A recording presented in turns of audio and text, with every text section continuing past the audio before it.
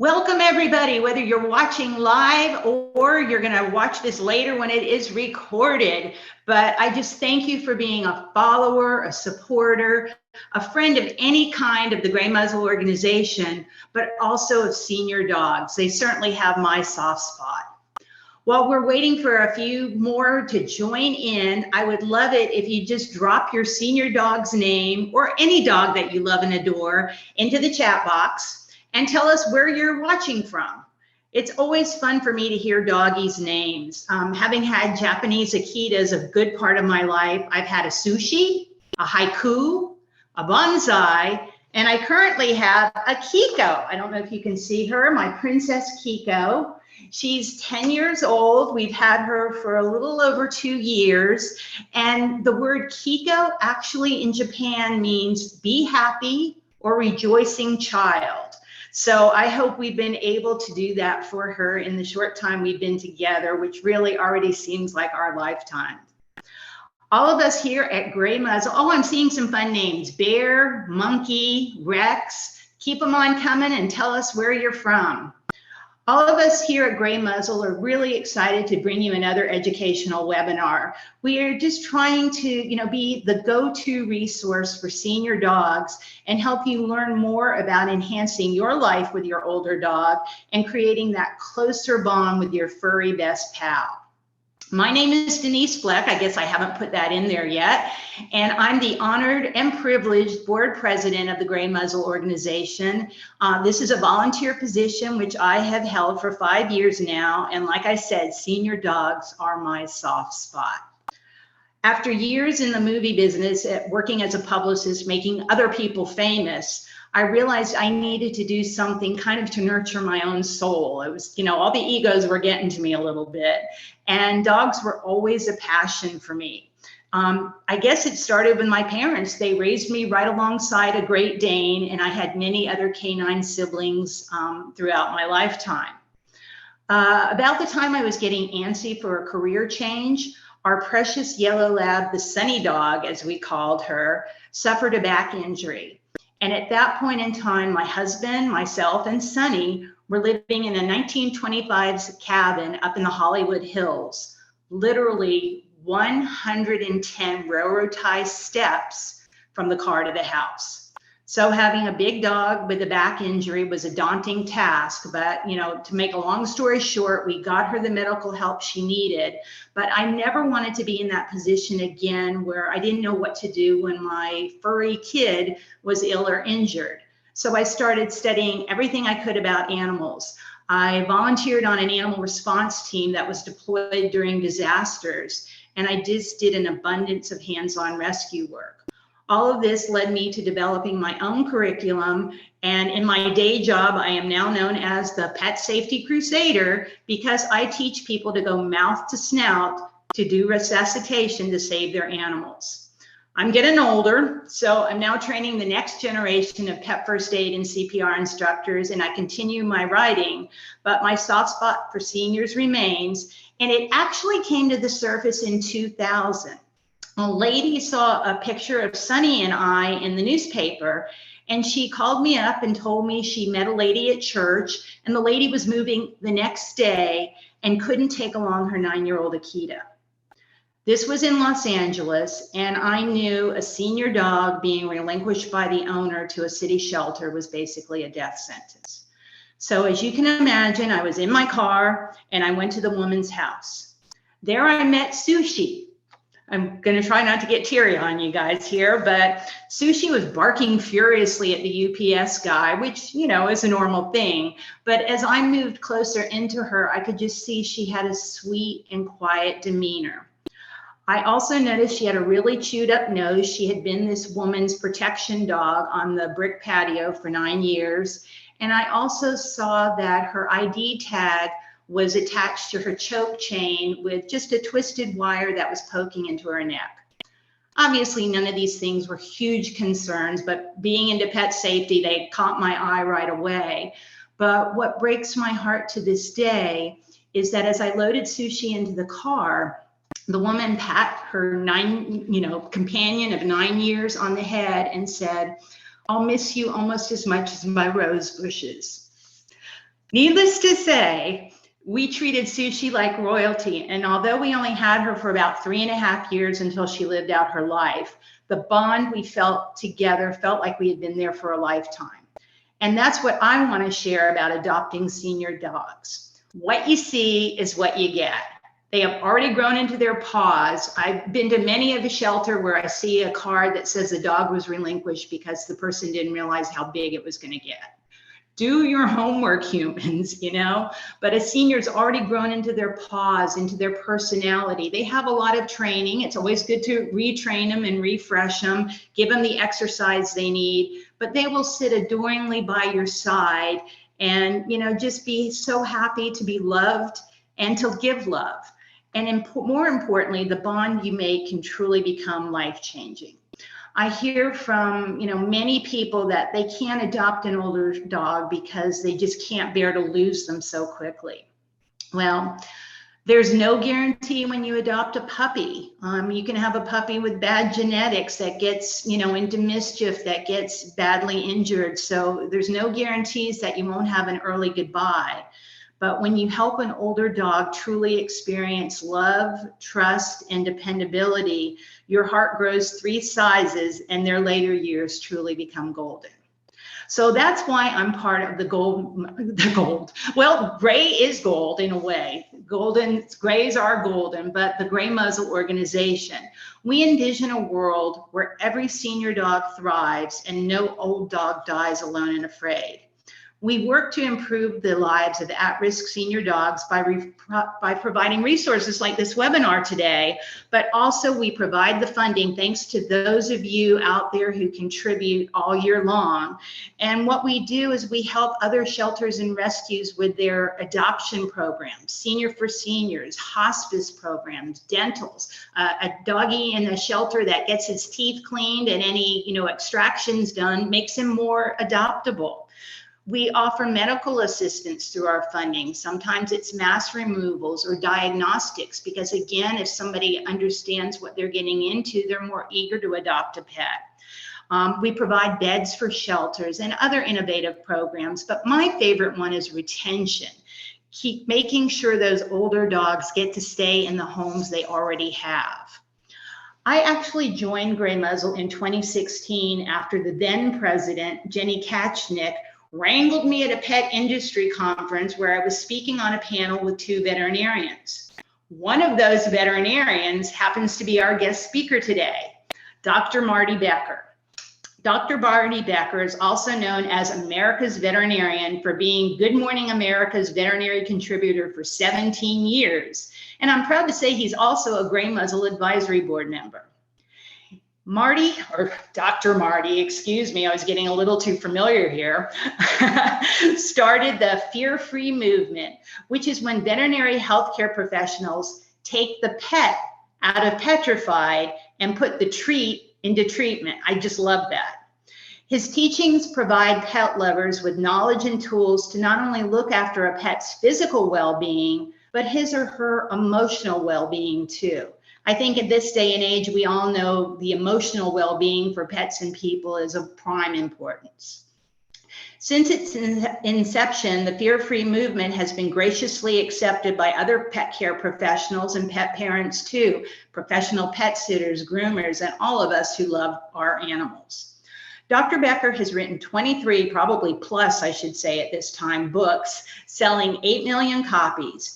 Is an adjunct professor at his alma mater, the Washington State University College of Veterinary Medicine, and also at the Colleges of Veterinary Medicine at both Colorado State University and University of Missouri. This is amazing to me. He has lectured at every vet school in the United States of America and is on the advisory board of World Vets, an international veterinary disaster relief program to help animals. Dr. Becker is a passionate advocate for the animal-human bond and serves as adjunct professor at the Research Center for Human-Animal Interaction at the University of Missouri's College of Veterinary Medicine. I could go on, but I'm going to suffice to say that Dr. Becker practices at the North Idaho Animal Hospital because he just loves veterinary medicine, pets, and the people who care for him. So we are honored today to have him with us sharing 10 things you didn't know about your dog and 10 top tips to make your dog happier and healthier. Dr. Becker, please take it away. Thank you, Denise. Denise, I have a feeling neither one of us would have trouble filling an hour of talking, and I really enjoyed your talk. I do have to say, if this were a commercial for Miss Clairol or hair, what's that thing you comb in, that hair dye just for men? I don't think it's working too well. I had somebody yesterday, 2 different people think I look like Anderson Cooper. This is Anderson Cooper, the senior years, once he's homeless. I live up here on a horse ranch in northern Idaho, and I have to say that's a good thing about working at home. It's kind of like COVID. You don't have to shower every day. I haven't shaved. I was up this morning for 2 hours cleaning brush around a fence. You can probably see in the background, we live in a log home. And if you've watched the TV show Yellowstone, our house on our ranch looks very familiar. Big log house, log horse barn, log outbuildings, giant meadows, 4 mountain ranges. We live up in northern Idaho, which is the very tip up in the panhandle. So 15 miles from Montana, 30 miles from Washington State, 6 miles from Canada. I noticed a lot of you put stuff in there about your pets, and I made a comment, there's only one greatest pet in the world, and every family has him or her. I think we believe that. I could tell Denise when she shows the picture of her dog, and then she talks about dogs in the past. I'm lucky enough that I actually can show you the world's greatest dog. He's Dachshund Chihuahua. This is kind of a funny view right here, isn't it? Dachshund Chihuahua and Jack Russell. And so Cutie Pie is what I call 2 dogs long and a half a dog tall. And we've had him genetics tested, so we know what kind of, that's just showing off now. Is a canine cocktail, and we know through base paws and wisdom panel what kind of the mixture of him is. So I was telling Denise, started telling off camera, I went to veterinary school at Washington State University to be a dairy practitioner. So from age 6 to 20, I want to be a dairy practitioner. Got into school, and the first hour of the first day, the dean gives this welcoming lecture. And within 30 minutes of him starting his welcoming lecture, I decided to be a companion animal practitioner. The reason was he was a Jewish prisoner of war at Sobibor. He was guarded by a Malinois that was supposed to terrify him. And instead, it befriended him. So in this weird situation, the human-animal bond had life breathed into it. He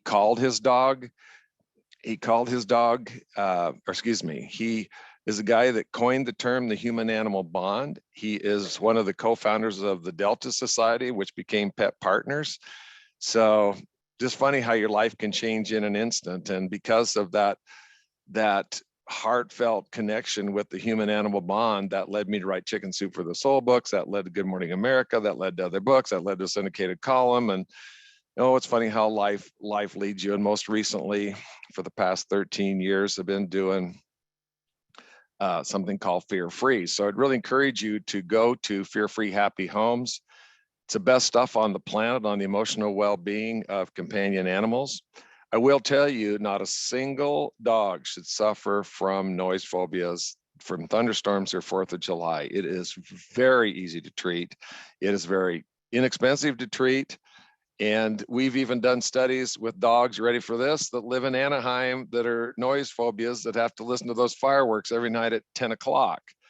So maybe we'll talk a little bit about what those specific things are. So Denise teased in there, and one of the things that I'm really happy to be on, along with some colleagues and friends of mine like Dr. Ernie Ward, is to be on the advisory board of Gray Muzzles. What a great name. And by the way, Denise, and some board members listening, there is, by the way, our Pomeranian just came inside. So they call me America's veterinarian, but I'm not America's dog trainer, let me tell you.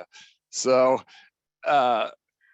there's my dang dog bark and maybe lose my train of thought. I've been doing TV for over 30 years, and I was just up in Canada doing a talk for the Association of Veterinary Tech Educators. It educates all the veterinary technicians in Canada. And I started off with 3 things, And not a single one of them, most of those are vet techs or veterinarians, not a single one of them knew the things I'm going to tell you right now. So first of all, did you know that dogs have a right paw or left paw preference? Now, Cutie Pie, my little dog I held up a minute ago, he has a right paw preference. And how are you going to know what paw preference your dog has, and why should you care? So when you watch your dog get up from lying down, see which foot they step out with first. Secondly, give them a Kong or a stuffed Kong or something extremely high value in their mind and see what paw they hold it with. That is their paw preference. Now, why does that make any difference? And which dog would you want? Well, let me tease it by telling you, if the dog has a left paw preference, and go to Guide Dogs for the Blind, less than 40% of those pass. If the dog has a right paw preference, over 80% of those dogs pass the course. And the reason is the right paw is connected to the left side of the brain, so they cross. So the left brain is with calm, with oxytocin, the hug hormone, phenylethylamine, all those really good things. And the right side of the brain is the fight or flight side.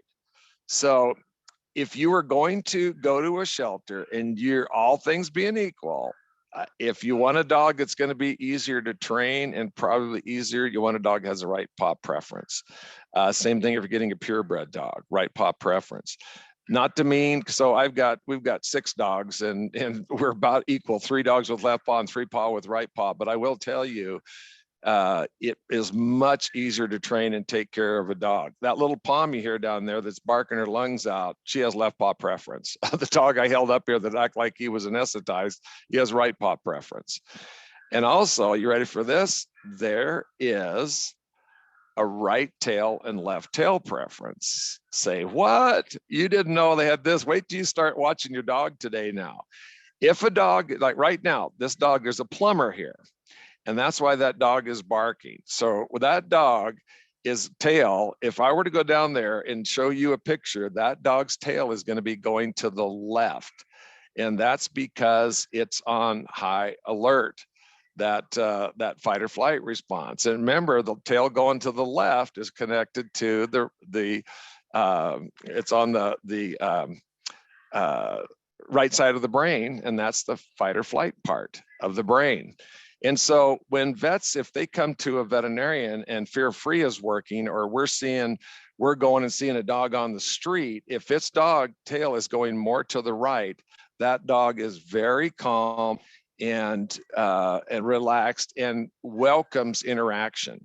And in fact, other dogs, when they go to a dog park, if they're looking out and seeing all these dogs out there playing, they will immediately go to the dog whose tail is wagging to the right.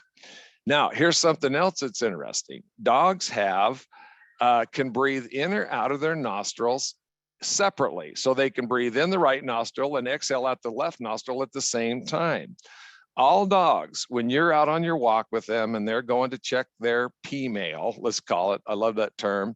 They're going to check their pee mail and they check all their messages and like, oh my God, I've been gone for a while and look at all the messages I got. Well, I better leave one of my own. So they hike their leg. And they always smell first with their right nostril. And by the way, if you watch your dog, I want you to watch and see if it has a right paw or left paw preference. I want you to watch it when it's real happy. You'll see the tail going to the right. Probably when you go to your vet, you're going to see it going to the left, which is not good. If you see you're on a walk and you're wondering if your dog's is feeling relaxed approaching, check which way their tail is going. But they all smell with their right nostril first. And they have something called the lacrimal duct. So the dog has tears, they run through the lacrimal duct and come out the end of the nose. You don't notice it because it's like background noise, but the little drip of tears goes out the end of the nose and the dog will wipe one way first and then wipe the other way second. And again, it usually, if they have a right paw preference, they usually will wipe to the right of their tongue first and then do the left side of their nose. So check that out. It happens all the time. You just don't notice it because it has become background noise. So these dogs sniff with their right nostril, and if something is very comforting, they switch to the left nostril. Now you might think, well, hey, you said right paw preference and right tail are better. Why is it different if it's really relaxing? Why do they go to the left nostril? That's because they go through what's called the olfactory bulb and go straight to the brain. So the left nostril goes to the left side of the brain. And so what's pleasant? Dog food, the smell of a dog in estrus. Those are pleasant, and they will continue to do the breathe through the left nostril. If it is something that is not positive, like they used ammonia, or they also used the sweat from veterinarians. So they actually put Q-tips at veterinarians work all day, put a Q-tip under their arm, and then they'd have the dog smell that. That was something that caused stress. And so the dog's on the fight or flight response mode, and they will continue to breathe with their right nostril. And by the way, if you got your dog in front of you right now or laying there on the floor, you look up and you see its paws on the bottom of their foot. Those are highly innervated. They have a phenomenal blood supply. That's why they can walk on ice and stuff and not freeze. But you'll notice a paw pad that's above the ground. Well, what would it possibly be for? That is the dog's brakes, front brakes. So when you see a dog and it comes to a skidding stop, that is literally their brake pads. And if you look at your dog, by the way, take a check and see how many rows of whiskers they have. They have 4 rows of whiskers on the top, and those really thick whiskers that you'll see in these little bumps. They come on these little stalks, and you'll see them on their cheeks, and you'll see some above their eye. That's a different hair called a vibrissae, or tactile hair. And that is deeply innervated, and basically, like in dogs and cats, those are like curb feelers. That's how they sense changes in temperature, wind direction, and can help gauge if they can pass through certain gaps. Now, one of the problems you see with fat cats and fat dogs is their whiskers tell them they can go through, but their body doesn't go along. Oh, by the way, I see a note here on the side here about the noise phobias. Let me tell you what to use. The first thing is ask your vet about a product called alprazolam. Alprazolam is generic Xanax. And so it's alprazolam, generic Xanax. The little dog I held up a minute ago, if there's thunderstorms in the forecast, we give him alprazolam. A thunder could hit right by our house and doesn't even phase him. Fireworks, he'll be on alprazolam the whole time. Absolutely doesn't phase him a bit. Hunting season, nothing. Zero noise phobias. For some dogs, it doesn't work as well. And there's another product called Sileo, S-I-L-E-O. It's by a company called Zoetis, Z-O-E.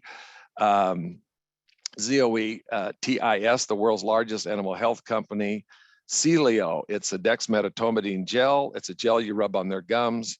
And that's the one that we used when we were working with the dogs that were by Disneyland. So just an amazing, it's just so, I just hate to see dogs suffer. And I'll tell you what's contraindicated. I was getting on an airplane in Atlanta maybe a month ago, and it was one of those jetways that was a funny part of the concourse. So it took about 3 different turns. It was about a mile long. And when I got on early, because I fly so darn much, and I could smell anal glands on a dog before, when I was probably 100 yards from the plane, and got on there, and it was like they had a wildcat inside of a rabid dog inside of this cage. And it was a dog that was traveling, and the veterinarian had prescribed acepromazine. Boo. Acepromazine is not only not helpful, it's contraindicated. It makes it worse. If you have a veterinarian that still recommends an acepromazine for noise phobias, I think you better try to get another veterinarian. So in Fear Free, we have these sedation protocols or calming protocols, and acepromazine used in combination with some other drugs has a place, but absolutely 100% never by itself. So You probably looked on the outside of your dog's ear, what's called the pinna, or the outside of the ear. Dogs' ears are funny because they're shaped like an L. It goes straight down and it goes straight in. When we clean our ears out with a Q-tip, it's just a very short distance, and there it's a much longer distance for a dog. And that's why if you're ever putting ear medication in, you want to pull the ear straight out from the side of the head. And what that does, it makes that L and it makes it a straight line. And then it's much easier to clean and get the medication to go clear down into the eardrum. By the way, cats have a much more sensitive hearing than a dog does. In fact, a cat can hear a mouse walking 30 yards away. It can hear a bat in flight. They have much better hearing than dogs, of course, than humans. And dogs, by the way, don't see as well as humans. You just think, oh, they must have this superhuman sight. They actually don't see as well, and they only see in a couple shades. So that they don't see that yellow tennis ball. They see mainly in blues and grays. But one thing a dog does see is motion. So there's rods and cones. Cones are for color, rods are for motion. They have many more rods than cones, but they are unbelievable in tracking motion. So that's why when a bird flies over, or a squirrel runs from tree to tree or something, that's why they're so good at seeing that. But on the outside of that ear, let's get back to that pinna, there's a little fold there. And if you ever notice, it's like a little pouch. What in the heck is that for? That is actually the hinge to the ear. So if you look at your dog and you go and you just bend it down, that's exactly where it folds. So it wouldn't work well, because dogs can lift their, depending on the dog, can lift their ears up, pin them down. And Cutie Pie's, he does the old, if you're old as me, you remember the flying nun thing with that hat that went out, that habit or whatever it was that went out. He can do his ears flat to his head. Out of the 45 degrees are straight up like the chihuahua that's inside of him. In the back of the dog, there's these anal glands. And by the way, I love TikTok. And my granddaughter got it on it. She's 13. Now she's trying to get me off of it. I think I would probably have to go to rehab to get off TikTok. I'm not maybe I could go to there to where they go to AA or Sex Addicts Anonymous or Narcotics Anonymous and go, hi, I'm Marty. I'm a TikTok addict. The Chinese spy balloon, believe it or not, came exactly right over our house when it went from Canada into the United States, right over our house. And my wife said it was finding out who it is, this guy that's on TikTok all the time. So much of the information you see on TikTok on dog facts is wrong. It just is so funny. And they must go to the same source or listen to other people and keep repeating it because they say the same stuff and it's wrong. Like when the dog goes out in circles around to go to the bathroom, and they're going to do, so when they want to urinate, why do they want to urinate on a vertical surface? Because they want something that's high enough that the wind catches it. And that's why sometimes even female dogs will do a handstand to try to urinate. So somebody in the TikTok, they lift their leg to look intimidating, look bigger. 100% false. They're just trying to get the urine up as high as they possibly can on a vertical surface. So the wind, it's like a gang sign. It's on a signpost. And then when they go to the bathroom and they're walking around sniffing, no, they're not going to poop. Sniffing, no, sniffing. I call it, you ready for this one, Denise? Dung shui. It's the careful placing of a fecal flag. Thank you, Denise. I have to write that one down. Thank you. It's the careful placing of a fecal flag. Again, it's gang signs. And there's BS on TikTok that they align themselves with the north-south axis. And when they kick their feet out, they are drawing an arrow to where they left. I'm just like, where did they come up with this crap? Literally. No, what they do is they're marking territory. And the reason they're spinning out is they're trying to spread the scent of that. So what puts this particular scent, when you see dogs sniffing each other, thank God we don't greet each other like dogs do, by the way.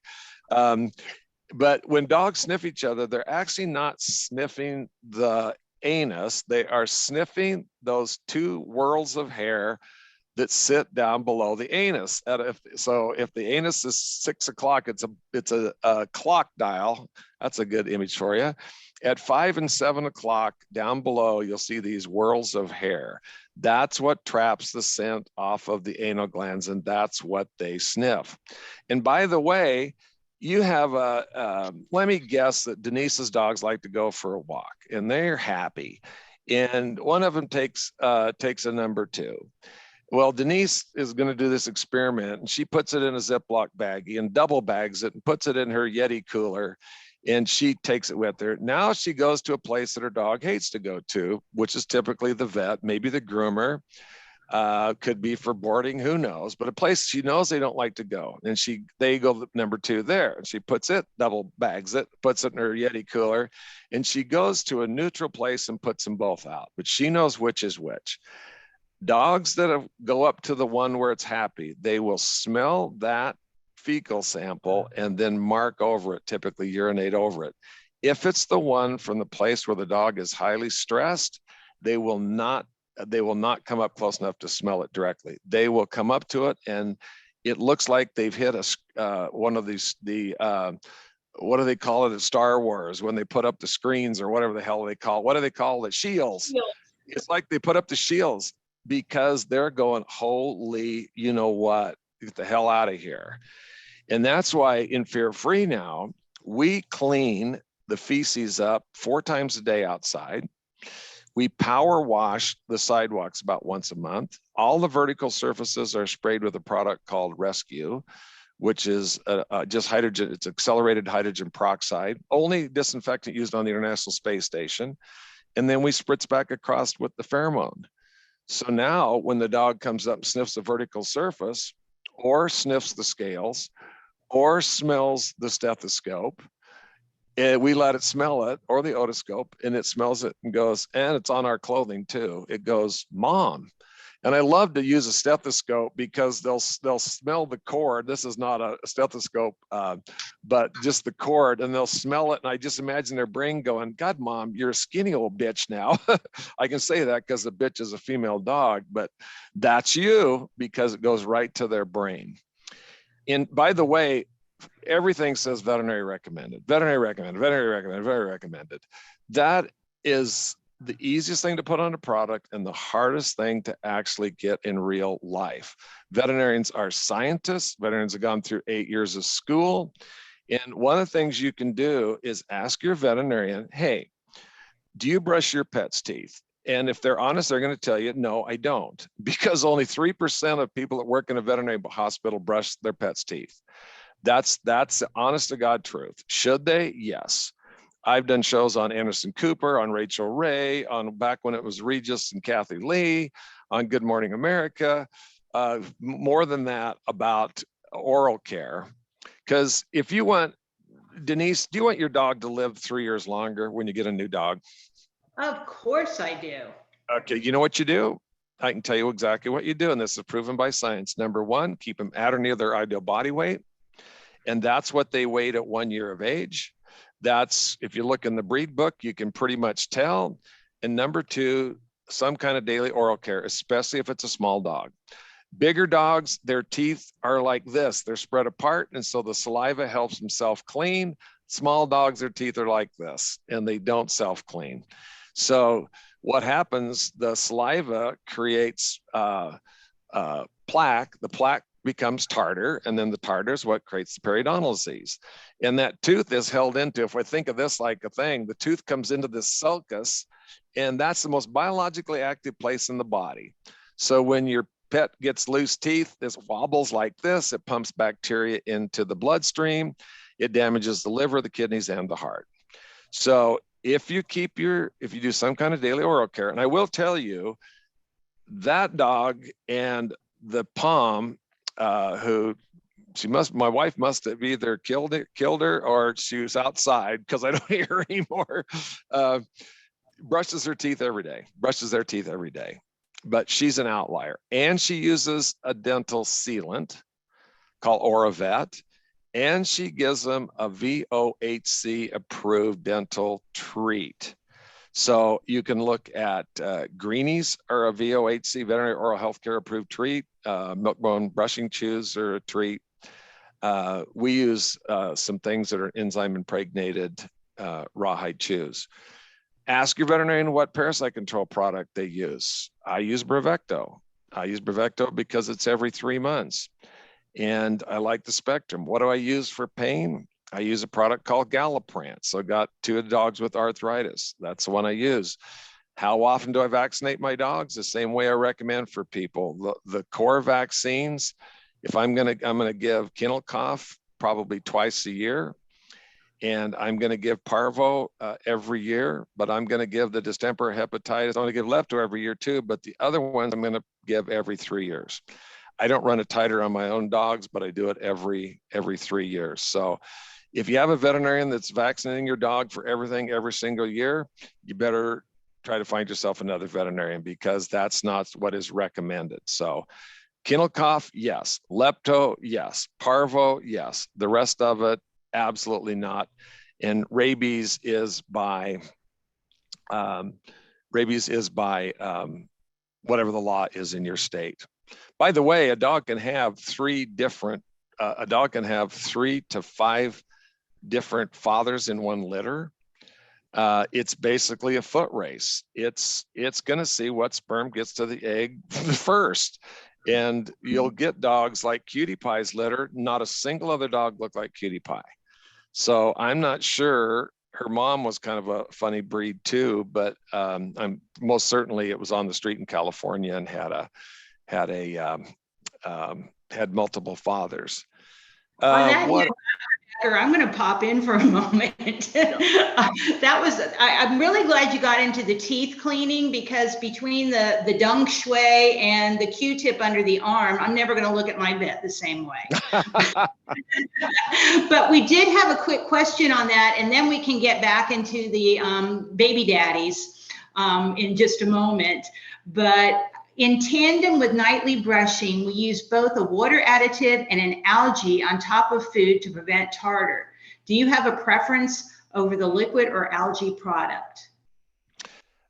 Amy, first of all, you must be a jackalope. I'm not sure I ever saw somebody like you that does everything like this. This is unbelievable. You're going to have your dog is going to live 15% longer, at least, because of that. Remember, ideal body weight and some kind of daily oral care. So most of you are not going to brush your pet's teeth. I'm just telling you, over the year, I don't even recommend it anymore, because people bought the toothpaste, they bought the stuff, and they put it in the drawer. I tell people, listen, and there's a new generation of pet parents, by the way. The largest demographic is now Gen Z, and they're better than we were. They're delaying marriage, they're delaying having kids. They're their kids. And so I'm actually coming back with that demographic and recommend they do brush their pets' teeth. But you're doing it. When I go on TV and do this, I do good, better, best. And this is based on science. Good is brushing.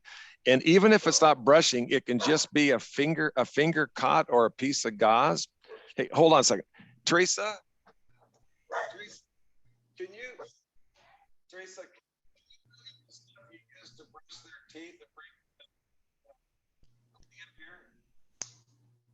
Okay, I'm gonna have my wife bring the stuff up she uses to actually clean the dog's teeth. And also the dental chews, Chops. Chops is their nickname. It's Lamb Chops. Isn't that cute after 45 years? So I don't know. So good, better, best. Best brushing, or let me go good first. Good is a water additive, and I would get one from a company called Virbac, VIRBAC. I can't remember the actual name of it, but VIRBAC. Second is some kind of edible toothbrush, and get one that has the VOHC seal of approval. That means they've had clinical studies done. Veterinary Oral Healthcare Council. You search on there and find out which ones have it. And best is definitely brushing or disrupting the plaque that gets on the tooth. I don't care if you use gauze. I don't care if you use a finger cot. I don't know if you use a little finger toothbrush or a regular toothbrush. That's going to be the best. So Amy, I hope that answers. If not, I'll put my email in here. Just for fun, I'll put my AOL email in here. I love AOL because at 69 years of age, I get ads for walk-in tubs and stair lifts and constipation products and erectile dysfunction. It's just so amazing how they've got me targeted. So here's Noisy here. Teresa, there I was telling them either you killed the dog or you left. Put the dog in here so we can see her. That's Miss Noisy. She is the sweetest little girl. She's just had her birthday the other day. And by the way, is this dog 7 years old? Hell no. This dog is 18 years old. She's her full adult size. She is sexually mature. And then every year thereafter, look at her, how happy she is. Every year thereafter is 4 years. So next year she'll be 18 plus 4, she'll be 22. The next year, after 3 years, she'll be 26. And that's the accurate one, isn't it, Queenie? Yeah, we love you. So here's the things that Teresa uses. So she uses this product here called Vetradent by Decra.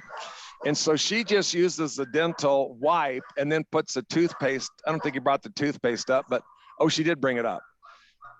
Verbac definitely has the best. Verbac has the best line of dental products in pets. And finally, they're all pet lovers. See right here, it says veterinary oral health care seal of approval. And these are called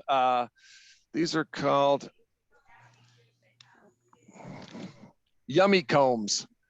Yummy Combs. Those things that's the ones that our dogs like the best. And they look like a little honeycomb, so you can actually put toothpaste in them if you want.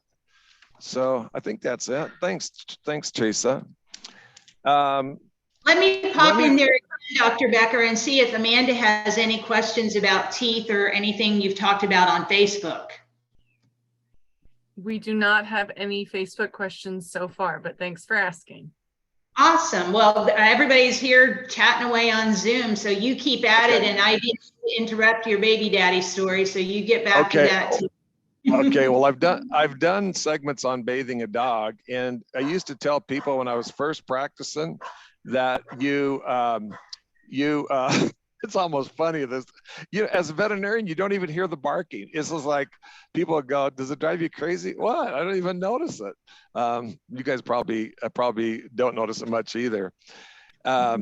So you should bathe the dog about once a week. And the number one thing that people take pets to the vet for are skin problems. The number one thing veterinarians diagnose is periodontal disease. And how do you best prevent skin problems? Well, number one is to use a broad spectrum parasiticide product. Ask your veterinarian. They may recommend, there's a new product by Elanco that's really popular. Some people use Frontline, some people use Simparica. I happen to use Brevecto, but ask your veterinarian what they recommend. And on bathing a dog, then here's what you should do. You should use, if you have a Roomba, which we use a Roomba, but we also Swiffer every single day. And why do I do that especially this time of year? I want to get the pollen off the floor. If you think of a dog is a Swiffer with 4 legs. A dog is a dust mop with 4 legs. And everything that gets on that Swiffer or in that Roomba or on that dust mop is on your dog's coat. And what happens, it creates something called atopica, or atopy, excuse me. I'll say atopica is the product. Atopy, A-T-O-P-Y. And it's inhaled, it comes through the skin. And the more you keep the pet's coat clean through Swiffer and Roomba and stuff like that, and then that you bathe them to get the stuff off of them, the fewer skin problems you're going to have. When you do bathe your dog, make sure you use something that's for anti-skid, because there's the worst thing an animal can feel is the fear of falling. And by the way, I'm talking like that old guy that used to be on Fast. Remember the guy who was on the FedEx commercials that could speak like 300 words? But that's what I feel like I'm doing. Temple Grandin's on the Fear Free Advisory Group, and the number one fear that all animals have from birth is the fear of falling. And so what did we used to do at a veterinary hospital before Fear Free? Lift them off their feet, put them up on an elevated slippery table. 3 things that are all wrong. So now if you go to fearfreepets.com, you'll learn more about Fear Free. Fear Free Happy Homes is the complimentary website.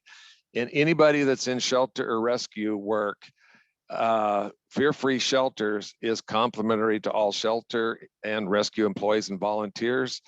And the last we counted, we had 83,000 people had completed a 5-hour online course. So it's changing the way shelters and rescues are working with animals.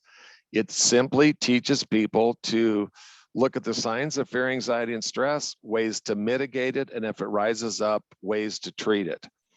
But I like it when we bathe those dogs once a week. One is we use a product called Zoom Groom, and Zoom Groom is made by the Kong Company.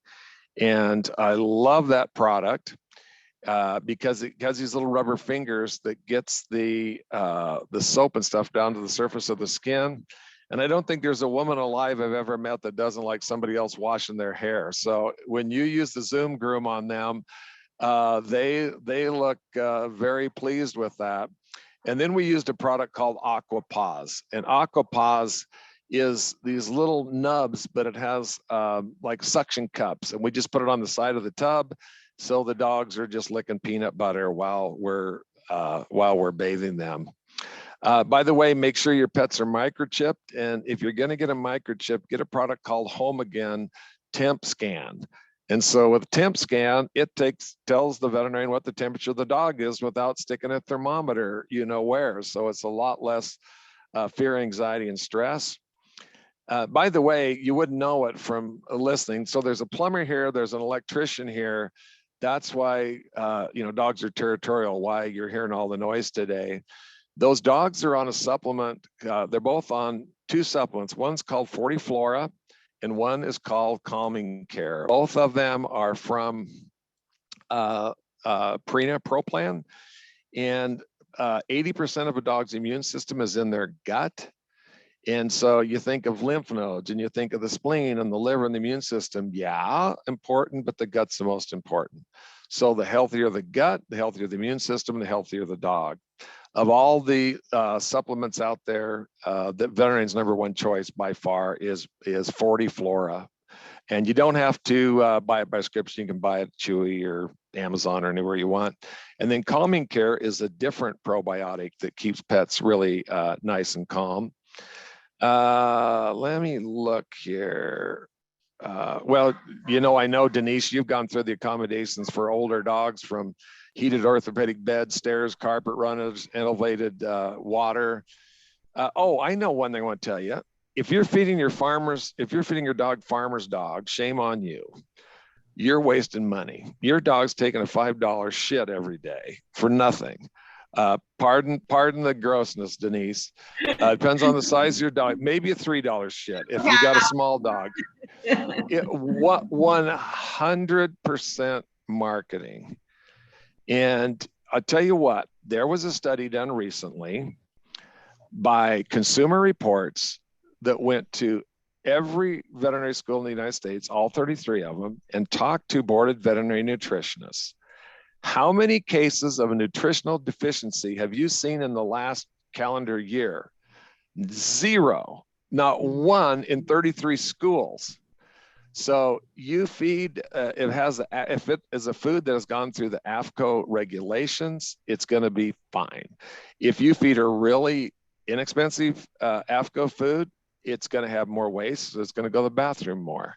If you feed a higher quality food, it's going to have a firmer stool and go to the bathroom less.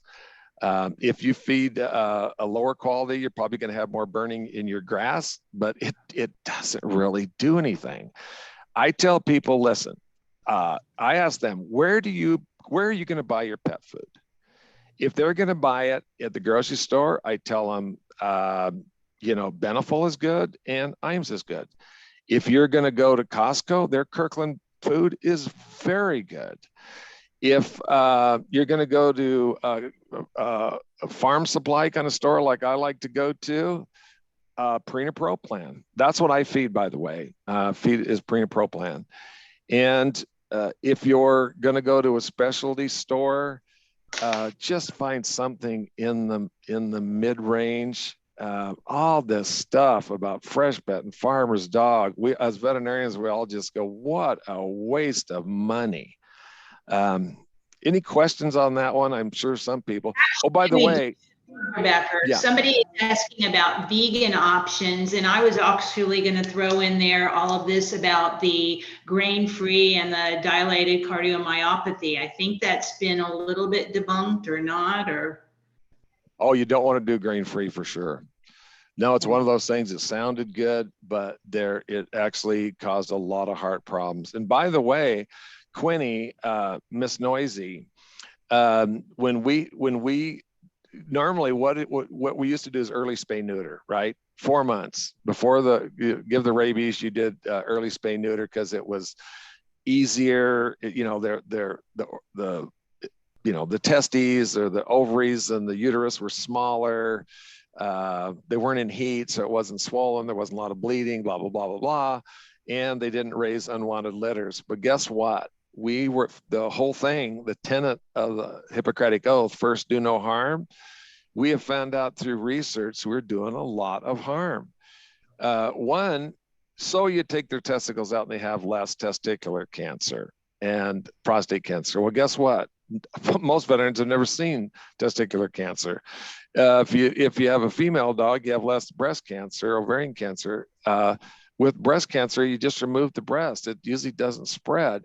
What we found out with early spay neuter, an increase in hemangiosarcoma and lymphosarcoma. Those are really bad cancers, very hard to treat, and a lot of joint problems. That's why so many more dogs are getting anterior cruciate ligament problems. So with Quinny, I did a hysterectomy, not an ovaryhysterectomy.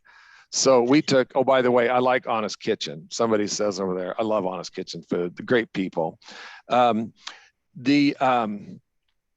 So we took Quinny's ovaries out, but not her uterus. So no, she can't have puppies. No, she can't become pregnant. But yes, she's still going to come in heat, and dogs are going to smell it. she's gonna bleed a little. But I wanted the hormones there.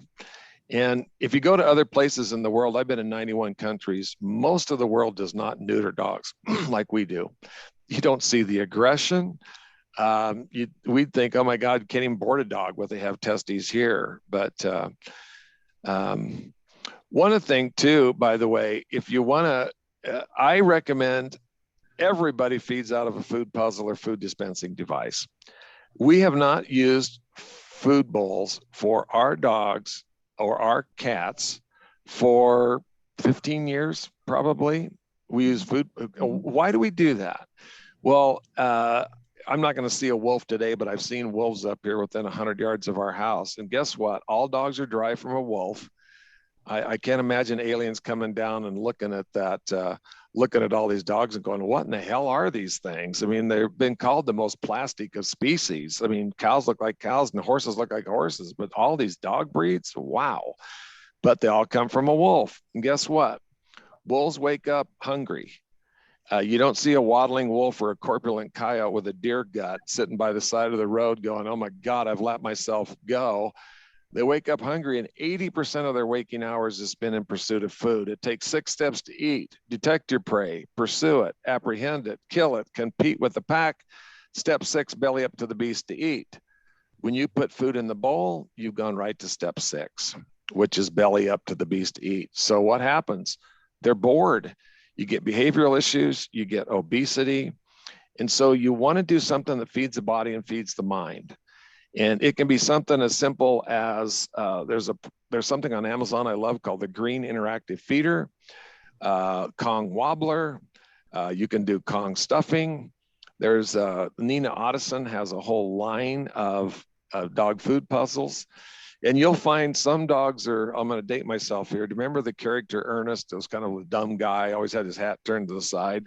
Some dogs are Ernest and And some dogs are Einstein. You know, we've got some dogs that are Einstein that can crack a level 3 food puzzle. But they call it contra feeding. It's really funny in studies. If you put food in a bowl and right next to it, you put the food in a puzzle, most dogs will choose to do the puzzle. It's the craziest thing. And so dogs that you have where you feeding, those all work with kibble. If you have a dog with wet food or prescription food, just put it in 10 portions and put it in different places around the house, or if you have a yard, so the dog actually has to go search for it. Another thing you can do this time of year is just take the food and just broadcast it out in the grass and let the pets forage for it. We had one dog that was gaining a little weight, so what we started doing, you're going to love this one, Denise, use a slingshot and shoot its kibble and make it go get each piece of kibble. And so it had got lost weight by putting less food in its mouth and more miles on its feet. And by the way, there's a new product. I see we're got 5 minutes left. There's a new product coming out that I am crazy about. Over the years, I have never lent my name to a product. I've had the opportunity, some lucrative chances as America's veterinarian to do so. I have never done it. I buy all my own stuff. I don't get, my parasite control or food or anything given to me. I want to buy it so I can not feel like I'm beholden to anybody. And I'm just like you. I'm going to the feed store and buying Prina Pro Plan or these 40 Flora. But I want you to check out joincompanion.com. Joincompanion.com. There is a product coming out called Companion that is revolutionary. And here's why. This product was developed by a guy that has like 3 engineering degrees, crazy smart, on the spectrum like Temple Grandin, but he decided to look at some unmet and undermet needs, and he was volunteering at the San Francisco SPCA and noticed the boredom in dogs. So what Companion does, again, joincompanion.com, this product trains your dog. So it uses advanced cameras and motion sensors and artificial intelligence. So just like our car has motion sensors and cameras in it, it trains your dog, and it trains your dog better than the world's top trainers can, because it has perfect timing with unlimited memory. So it trains your dog to sit, stay, come, blah, blah, blah, blah, blah. It plays with your dog. So I'm tired, I've been traveling. I'm tired. I should take the dog for a walk, but I'm too tired. It plays with your dog. It feeds your dog. So it can feed 1% or 100% of the food, or it can give treats to your dog. And it diagnoses your dog. So it is better at diagnosing lameness than boarded veterinary orthopedists are. There's clinical studies on it. And it is also better at, it can detect body condition scoring, so it can see if your pet's starting to gain weight. And it's extremely good at detecting fear, anxiety, and stress, what we treat in Fear Free. So there's places where the unit's been into place, and 3 o'clock every Thursday, all of a sudden they're seeing the signs of fear, anxiety, and stress: panting, yawning, shivering, shaking, furrowed brow, tucked ears. What in the hell's happened at 3 o'clock on Thursday? That's when the lawn service came, and that's when the weed eater was outside the door. Anyway, this product is, it's not meant to replace a trainer, but you really don't need a trainer with it, because it does repetitions, thousands of repetitions, and that's what it takes. 2, it shouldn't replace you playing with your dog, but it helps when you're tired, or you're not home, or you're sick, or you just can't do enough to get, because you want to get your dog panting tired every day. Feeding, it feeds the body and feeds the mind. That's what we want with food puzzles. And finally, the diagnostic part is really exciting. Literally, almost like a veterinarian, they're monitoring your pet, and also vital signs. Because when a pet comes to the clinic, most of the time, we don't see active vital signs. The temperatures increase because they're shivering, heart rates increase because they're stressed, the respiration rate is increased because they're stressed. And when you do blood chemistries, the results are skewed. There's higher glucose, higher white blood cells and things, because they're in that fight or flight response. I see we got a minute left. And listen, I'm no expert about, I will tell you, I see wet versus dry. I used to tell people, I've been a veterinarian for 40 years. I know I don't look that old, but I used to tell people dry food is better because it scrubbed the teeth. That is not true. There is zero difference in periodontal disease between canned food and dry food. Semi-moist food does tend to stick, and there is more periodontal disease with some of the semi-moist foods that are sticky. I tell you, my writing partner and I have had a syndicated column for over 23 years. We broke, it's 20, almost 30 years now. We broke the pet food. We broke the pet food recall thing in 2007 when the melamine. You remember the Chinese stuff with the stuff? We broke that story with our column Pet Connection, and at the time, a lot of people didn't know and they were going to home cook for their pets. And I don't discourage anybody from doing it. I would get a book that's written by a veterinary boarded nutritionist to do it. Most people try it and then they're unwilling or unable to do it. I think the salmonella risk is overblown. People say, oh, you don't want to home cook because of the salmonella risk. I think that's overblown. If you want to cook for your pet, you can cook for your pet, but make sure you follow recipes by one of the boarded veterinary nutritionists that's written a book on that. And by the way, most pets are somewhat dehydrated, and the number one thing you can do for that is get a drinking fountain. I don't care what kind you buy, but I wrote a book here called, if you want a good book, Why Do Dogs Drink Out of the Toilet? I've also got Why Do Cats Land on Their Feet? Why Do Horses Sleep Standing Up? These were the 101 most common questions that I get asked as a veterinarian or somebody that's in the media.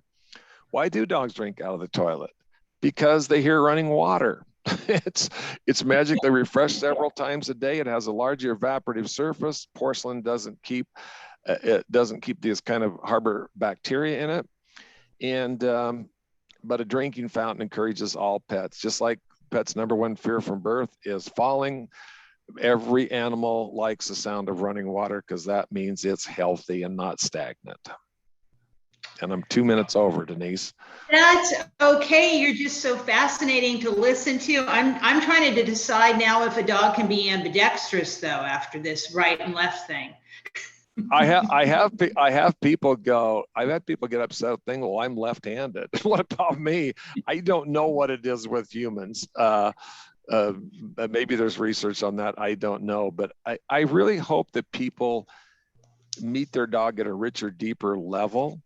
I would love for them to know, and just like with genetic testing, if you know what breed it is, there's things you could do differently for enrichment activities. Like terriers like to dig, and so I would like to see a line of toys that are designed to be buried. That would be a good example. But I hope people can see my dog is right paw preference. I can actually see when my dog's happy that tails goes to the right. The thing with the nostrils, you're not going to notice, but I do want you to see which way your dog licks its thing. It always licks one way and then the other way, and that's to keep the nose wet so it attracts molecules of scent. Keep your pet at its ideal body weight and do daily oral care. They'll live 30% longer. Don't waste your money on those crazy expensive foods. You think you're trying to return a portion of them, and all you're doing is put out expensive stuff in the pooper scooper or the poop baggie. It does absolutely nothing. Probiotics, make sure you give your dog a probiotic. And lifetime parasite control for all pets, regardless of season or geographic location. Don't go off the stuff because it sounds horrible, but it kills everything but the pet. I mean, it kills internal parasites, external parasites, heartworm. Yeah, you don't want to have them get any of those things. Well, I think we certainly all learned some things we didn't know about our dogs, and I think we now can benefit from the tips to make our dogs healthier and happier. So Dr. Becker, we cannot thank you enough. As you see in the comments, people are saying we could listen to you all day long, but I know you have things to do and places to go and dogs to see. So I better shave. First thing I do is better take a shower and shave sometime. But listen, I know I know one of the things that I've done is I love, the human animal bond is this affection connection that's nebulous but easily understood by anybody that's felt it. I mean, I think all of us have had a heart dog. This dog is, I've had 16 dogs in my life, got 6 now. This is my heartbeat. He's my shadow. He sleeps with me at night. Everywhere I go, he goes. I think we have all had that special connection with one dog. And I wish this dog would live forever. But I know our hearts break when you lose a pet, but it just seems like when it breaks, it gets bigger and can accept another pet into their life. But we pay that price for all the love they give, and it's well worth it. It, like you said, it just breaks our hearts, and it makes us feel like it's hard to go on sometimes. But if we think back to the good times, there's nothing like that. Hey, Denise, one thing I should tell you real quick. I support your organization. I really believe in your organization. There is a new veterinary group forming to look at senior pets, and it's senior and geriatric something. It's SAG. I remember like dog SAG. But I can put you in contact with them. So there's a lot of interest now rising up, serious interest for veterinarians to be involved with more senior care. So I'll put you in contact with them. That would be wonderful, because not only are our pets getting older, we are too, and we, go through this journey together. Yeah. I'll use Thank Just you. for Men next time. Bye, Thanks, you guys. Bye, everybody. friends. Bye-bye.